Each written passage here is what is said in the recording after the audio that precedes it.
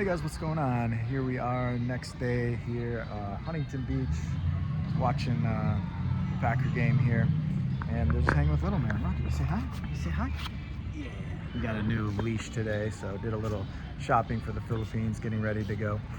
But yeah, I just came down the street just to kind of hang out. Just wanted to quick do a video for you guys, just check in with you, how you doing today. Um, you know, as we get to midlife, I think it's so important to be able to control our thoughts in our mind, because I have noticed as I've gotten older, the thoughts of this like lethargic and apathetic and just not caring, like just kind of checking out and just going through the motions, testosterone drive, sex drive is all down, all those things. It's easy to just like kind of stop existing. And I don't know if you're going through that or not, but what I mean by existing is like you stop making yourself a priority, in that sense of stop existing, or in some ways you just are existing, right? You're not really leveling up, you're not trying, you're not motivated anymore to do anything.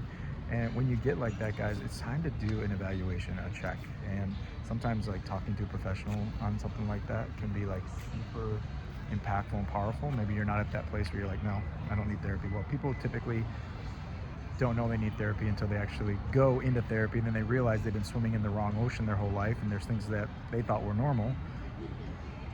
Maybe they saw some signs along the way it wasn't normal, and finally broke down and went. But I've had this talk with loved ones, and they're just like, oh, that's for the crazies. It's like, no, it's not. Like, everybody needs some form of it. But regardless of where you're at with that, learning to process your feelings and just understanding your why you do something, and then what you're feeling inside, is you can learn to organically do that even apart from a therapist. It can really slow down that anxious cycle that leads to depression in your mind. So I want to encourage you guys today, be willing and be humble, be teachable, be willing to like kind of go through that, because as men, we're always stuffing our feelings.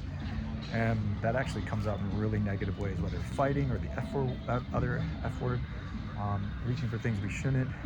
But as we don't process our feelings, what happens, and I'm not saying you want to like be all about your feelings, but you do need to feel them, you do need to work through them.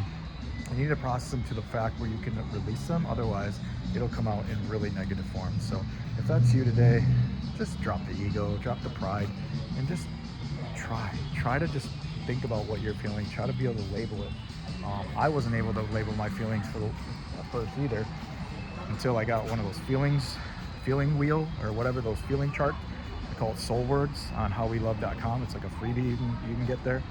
But I was able to go through, and then as they started asking me, what are you feeling? Instead of telling a story, I started telling my therapist at the time, like, okay, actually legitimately putting words to feelings. And it was really helpful for me. And I talk all about this in my pesterpointers.com, in my 7-stage 21-step program, which I highly recommend for you guys. But anyways, another thing is, if you want a shameless plug here, but if you want to check out my other programs, or my other channels, check out at Pester's Pointers on TikTok, obviously here on YouTube, Instagram, Facebook. I think that's all for now. I might be forgetting one, but yeah, so that's where we're at. So anyways, just want to encourage you guys to invest in yourself. This doesn't have to be the end, because as you process that stuff, you actually start coming back alive. And as you start working on some of those things, don't give up. You're too young to give up on life. You have your whole life ahead of you. Remember this, when you're 70 and you look back at now, when you're like 45, 46, 42, 40, whatever, 39, wherever you're at, you're gonna look back and be like, I was so young. And now, like, that's so far away, right, in your mind? So I don't know, it's all about perspective, guys. Hope that helps today. You're loved.